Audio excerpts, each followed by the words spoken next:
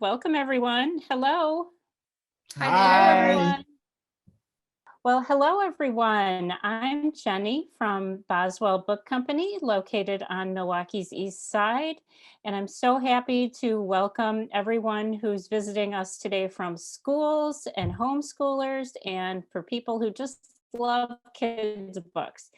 So glad that you're all here for our event with Miranda Paul and Baptiste Paul. So Baptiste and Miranda, welcome. Thank you. Thank you, Jenny, and thank you, Daniel from Boswell Books, one of our state independent bookstores that we love. Good morning, students. Good morning, teachers. I'm Miranda Paul. Hi, guys. I'm Baptiste Paul, and I'm excited to be here with all of you today. We are the authors together of more than 20 books, and one of our newest books is called Peace. And today we're going to be talking a lot about peace. This is a very important time, I think, in our lives and our history where thinking about peace is very important. So we hope that after today's presentation, you'll find a little bit of peace. So what comes to mind when you think about peace? Take a minute, look at the photo if it helps you, and think about what words or images come to your mind with this word, peace. What you're picturing in your mind or what words come to mind when you think about peace. And so we'll read yours out loud if you type it in the chat, and then we'll share ours. Calm. Calm, people coming together. Yep. Quiet. Even. Togetherness. Kindness. Gentle. Joy. Being nice. Relax. Happy. Unity. A dove. No bullying. Compromise. Happiness. People working together, being friends with other friends. Compromise. The Lord. Families. Family. Accepting. There's a lot of people here. Relaxation. Friendly. United, being together. I'm thinking about the good things in my life, working together. Be Lovable. nice. Animals. Animals, relaxation. Freedom. Honesty, joyful, sharing. Joyfulness. Teamwork. Wow. Kind. Wow, this God. is amazing. So right now what's happening on our screen, and I'm not sure if you're all able to see it, is just a waterfall of words about peace. And when we think about peace, we think a lot about things like waterfalls and nature. So this is a picture of our family and in our backyard. So we have a creek with tiny little trickling waterfalls, and our family has spent a lot of time together over the last year and a half. And so nature and family bring us peace, but also goofing off and having fun and just laughing with my family brings me a lot of peace. It reminds me that peace doesn't always have to be quiet. Sometimes peace can actually be loud and fun or bold and brave. And today we're going to talk about all of the different ways that you can interpret the word peace or that you can make peace. We have a note in the back of our book, Peace, that tells you about how peace helps plants and animals. I will read you the note. Maybe I'll read just a little bit of it. Sometimes we imagine world peace as a scenario in which all human beings get along. The truth, however, is that peace affects more than the humans who foster it. Peace can also impact animals and nature. And so here, these are some pictures of our greenhouse and some of the rescue kitties that we foster, some of the monarchs that we raise every summer.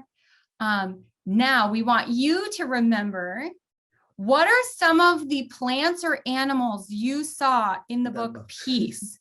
What kind of animals or plants were being helped because the humans in the book were being peaceful? Does anyone remember? You can type it in the chat if you remember some of the animals, specific kinds of animals that were in the book Peace. A lion, that's correct. Pandas, doves, cats, Wow, lions, monkey, bears, koala, ducks, koala, panda, bunnies, horse, the penguin, the elephants, doves, zebra, zebra, bunny, a lot of koala, animals, sloth, sloth, wolf, lions, monkeys, butterfly. Oh. Someone else has a rescue cat. Way to go. Cool. Tiger, elephant, bunnies, Someone says ferns. humans. Ferns, that's right. Butterfly, Very good. palm trees. Yeah, palm trees. Very good. Water even was in there, and water's helped when we're at peace too. Very good. There are a couple more animals that we didn't mention. One of those is a symbol for peace as well. Right in the beginning, there are cranes. So you can see cranes. In the beginning of the book, also there's a peace tree, and there's several kinds of flowers. There's a peace tree.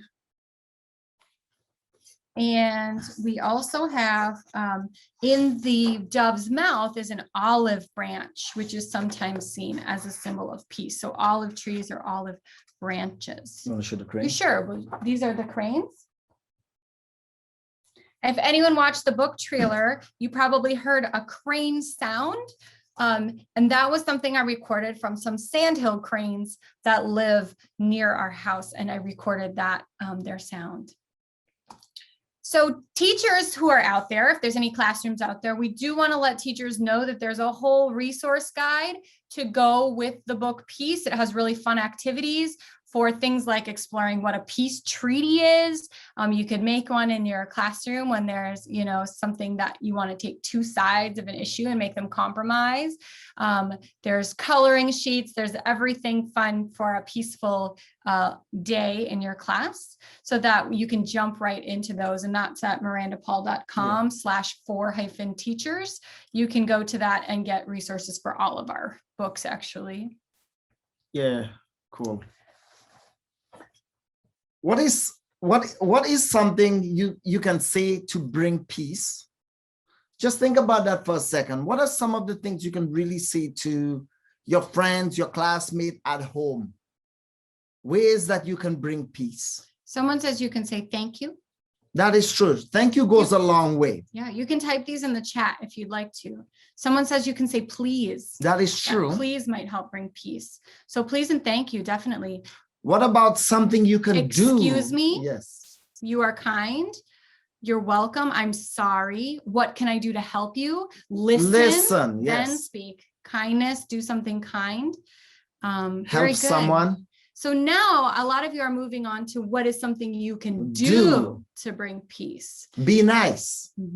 Oh, I see. You can say, I forgive you. Ask someone to play write a card, hug someone, help your mom, spend time in nature or climb a mountain, help your parents, be kind, give someone a picture, give a present, say nice to meet you, pat someone on the back, speak up, be friendly, ask how do you say your name if you don't know how to pronounce someone's name, spend quality time with people, play with people, take care of nature. Wow, this is a lot. This is really great. I think the kids are really getting the whole idea behind our book Peace and the ways that they can foster peace.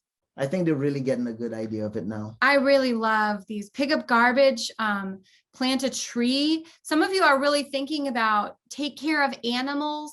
It's really excellent that all of you are thinking about taking care of each other, but also taking care of our earth because it's all connected. And that's really what our book Peace is about, is that everyone in that book is connected in some way, even to the plants and animals. So some of you are saying, be nice to nature, garden and compost. So that brings me to the idea that sometimes when we want to help bring peace or help our earth, it costs money. So my question is, if you had $150 to help foster peace or do something to help the earth, what would you do? So there, let's say you have $150 there. What would you do? If you had $150, what kind of project do you think you might be able to do? Someone said, feed animals. Recycle. Give it to a charity. Someone said recycle or pick up litter, plant a tree, buy trees to plant. These are great ideas for what you could do if you had a little what we call seed money. Someone says they'd work for the earth. Someone said they build a shelter for Mhm. animals. Someone Donate- said they build garden beds, help the homeless, pick up trash, Buy make food more for people trees, in need, give it to donate the food, hospital.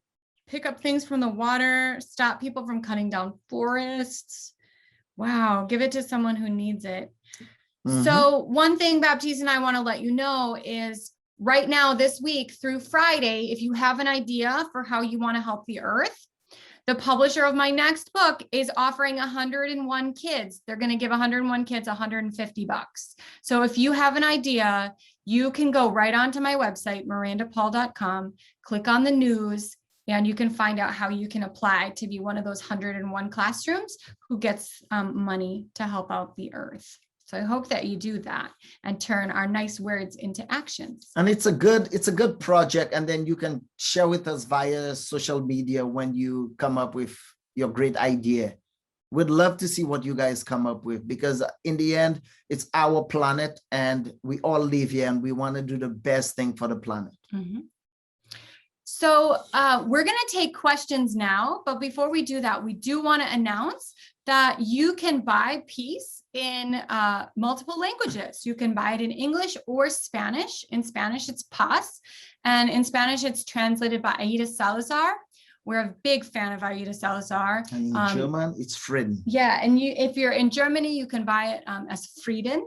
So if you do have a bilingual classroom, or you're bilingual, or you're interested at all in reading in Spanish, you can buy both and you can get autographed copies, and Jenny will tell you about that. And she'll also read your Q&As for us. We have book plates and signed bookmarks at Boswell Book Company. So if you order through the website, or you can call us on the phone and place an order, you can get a book plate and a signed bookmark. I've got them in each of the books. You can order Peace or Pause and come and pick them up in the store, or we will send them to you. And I have some questions here. Our first question is from the second grade at Lincoln Elementary School in Cudahy. And they want to know, what type of technology did you use to make the book and the pictures? All right, we are not the illustrators of the book. We wrote the words. Estelle Meza is the one who illustrated the book. And what did she say she used over the weekend?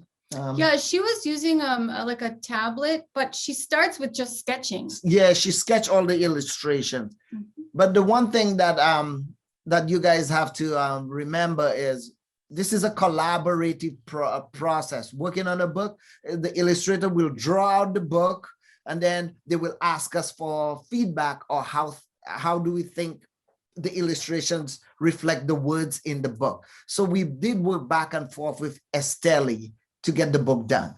What a great question. Yeah. So for me, we started really with just a pen and a paper in a notebook.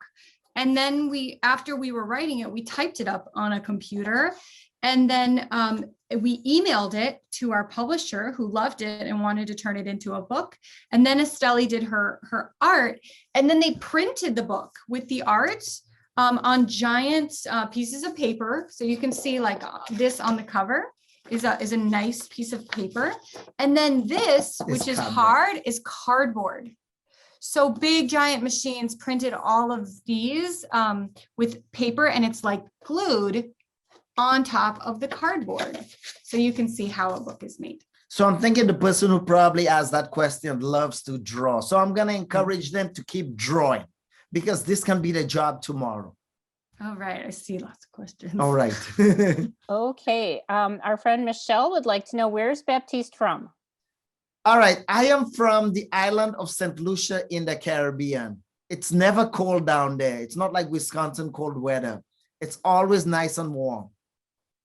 And you have a new book about St. Lucia, don't you? Yes, I do. And the new book I have, it's called Tu Carnaval. And we have that in the bookstore in both the English and Spanish. And I believe it's also available in French. It is available in French as well. So this is my newest book. Okay. And how long did it take you to write Peace?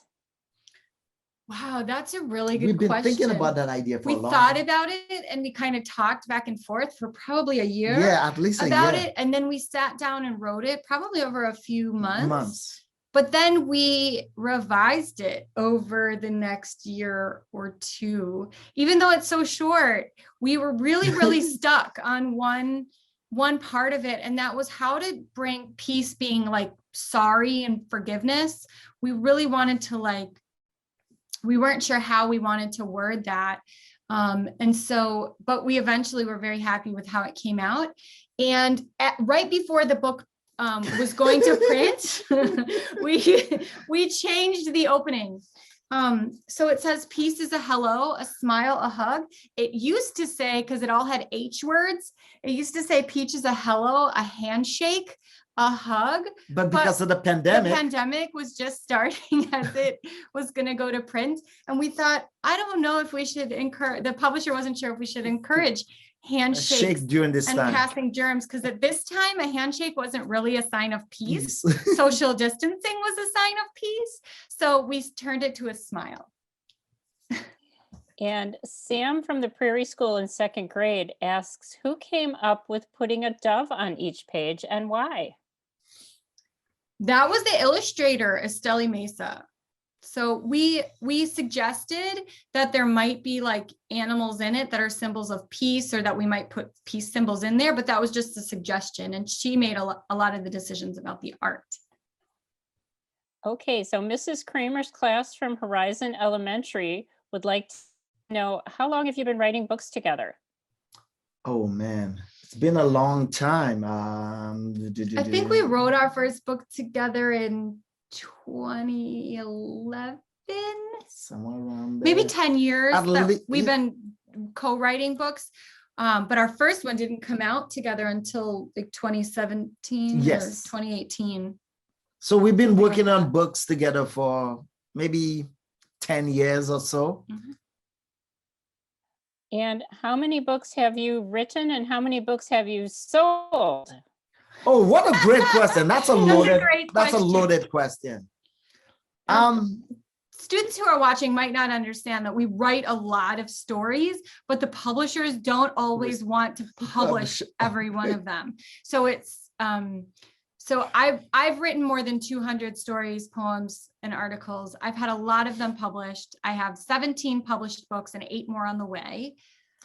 I have 5 published ones right now, and I have another 4, maybe 5 coming up on the way. But how many have you written? How many have I written? A lot. I would say maybe 70, 80, somewhere around there, maybe more. Quite a bit. And how long ago did you write your first published book? And that's a question from the Prairie School. My first published book is called The Field, and that came out in 2018.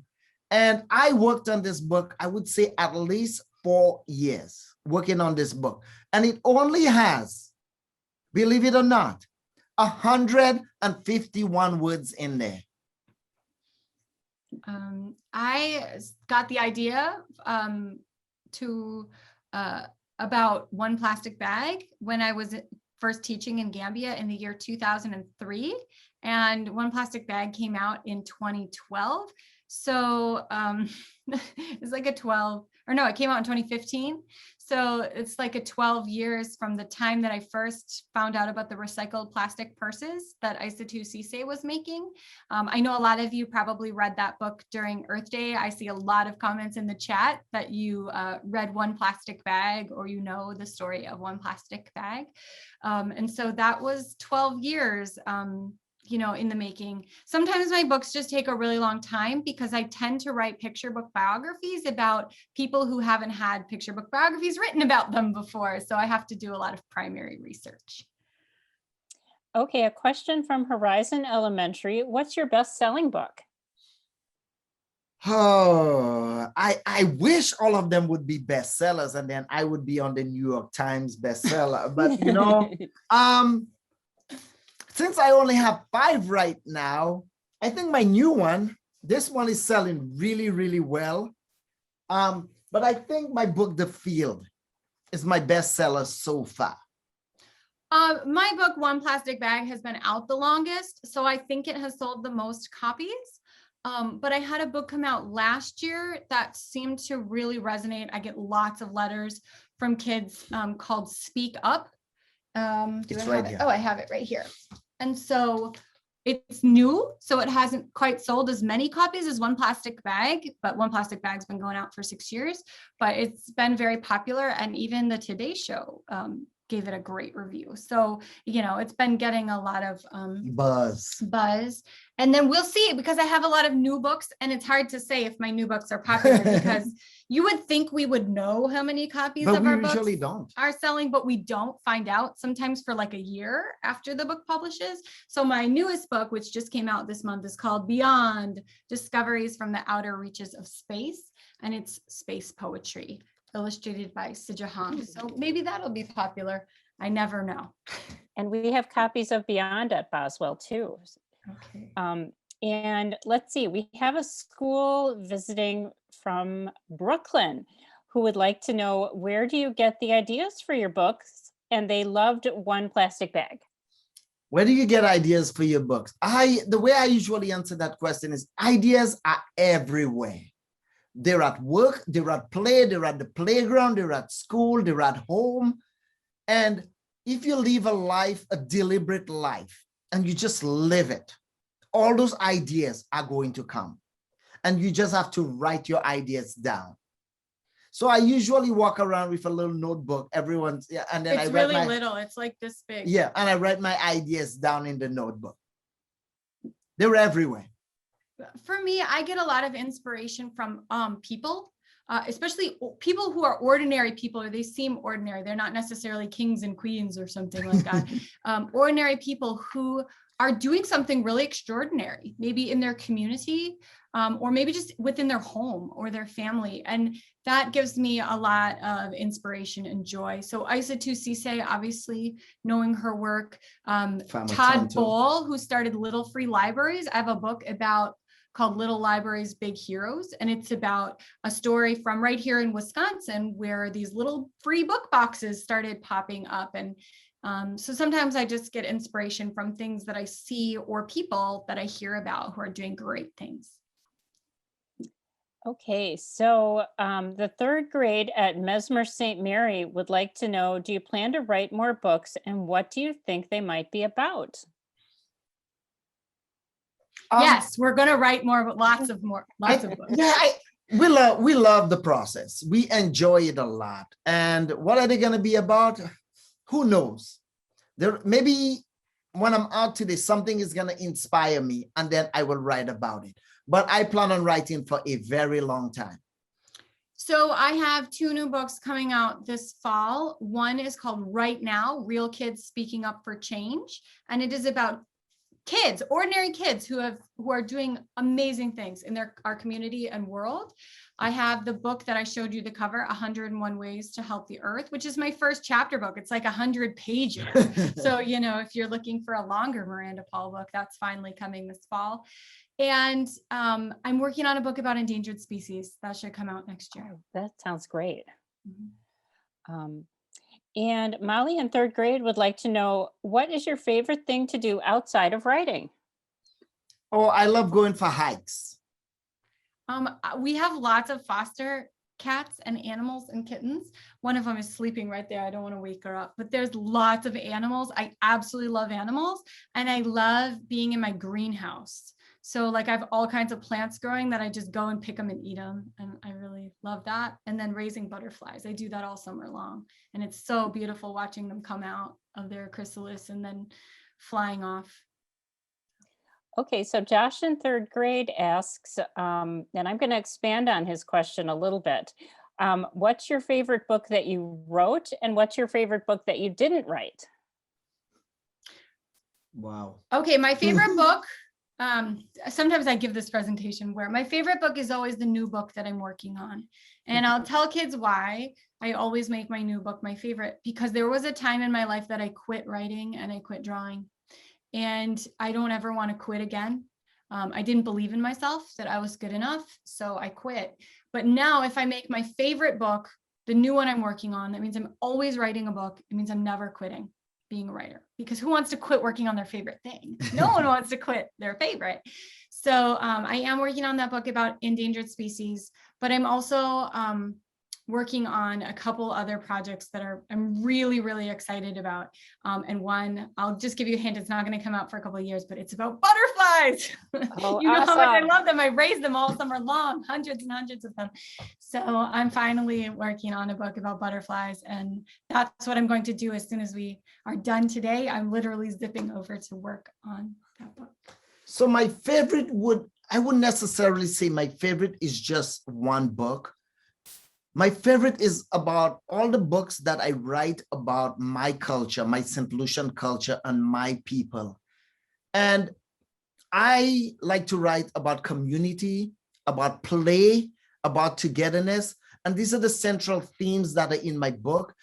And it's really important for me because I want every child to know that no matter where you come from, kids will always find time to play and be together. It doesn't matter under what circumstances they grew up in, whether they're rich, whether they're poor, but kids will find time to play. So these are the books that I really love to bring to my audience, books about my culture.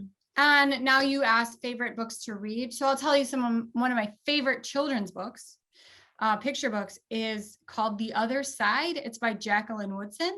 I love just about anything written by Jacqueline Woodson, and she's got a lot, for any age, really. So I really love that book. If we go back to when I was a kid, I loved a brand new book. It was brand new back then. It came out called The Giver. She always steals mine because I love that book as well. Whatever, it's mine. You liked the Hardy Boys when you were a kid. I did read the Nancy Drew and the Hardy Boys a lot when I was a kid. I did. And I don't know if some of you kids have seen Padma Venkatraman. Padma Venkatraman. Yeah, her book is called The Bridge Home. It's a beautiful book and I love it, and you should check it out too. Okay, Jocelyn and Pewaukee would like to know, what plants do you grow in your greenhouse? Ooh, that's all you. Okay, there's a lot. I have spinach, I have squash, I have zucchini, I have cucumbers, I have carrots, Tomatoes. I have basil, tomatoes, I have peppers, I have chives, I have onions, I have, did I say spinach? I have lettuce, I have rosemary, I have cilantro. And lots of flowers. I have flowers growing for the pollinators. Outside, I have gladiolas that are getting huge already. I have lots of native plants in my butterfly garden. So I have things like milkweed. I have things like wild lupine. I have, oh my gosh, thistles. I'm trying to look out there what's coming up already. We got chives. So many. I have mint. I grow mint. I grow sage. Oh my gosh, there's probably so many. Asparagus. We're doing asparagus now. We're trying it all. Yeah, and we have trees as well. We have maple trees that we tap. We tap every year for so sap. we have our own syrup. Okay, so Rebecca would like to know, what is it like in St. Lucia? Am I saying that right? Lucia. Lucia. Okay, what's it like there? That's a really good question. Beautiful. It's beautiful. I grew up, I'm the baby of 10. So I always had a lot of people all around me every single day. And as a kid, I played a lot of soccer barefoot because my parents couldn't afford to buy. But I would say, like Miranda said, absolutely stunning. It's beautiful. It's green every single day of the week, every single day of the year. It's nice and green and sometimes hot, but I can deal with it. Rainforest, like 19,000 acres of rainforest. Yeah, and that's pretty.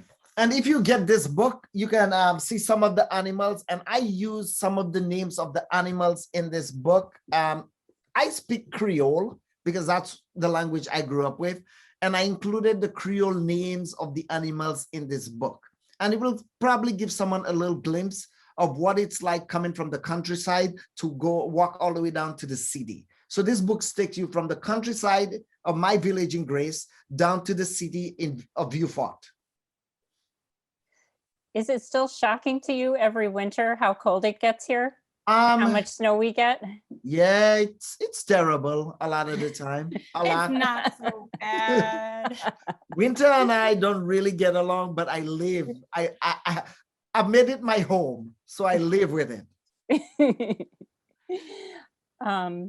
Let's see. Oh my gosh, I just saw how many Q&As are in the Q&A. There's a lot. Where's your favorite place to travel? Whoa. Oh, wow. Like so many places. I've been to like 21 different countries now.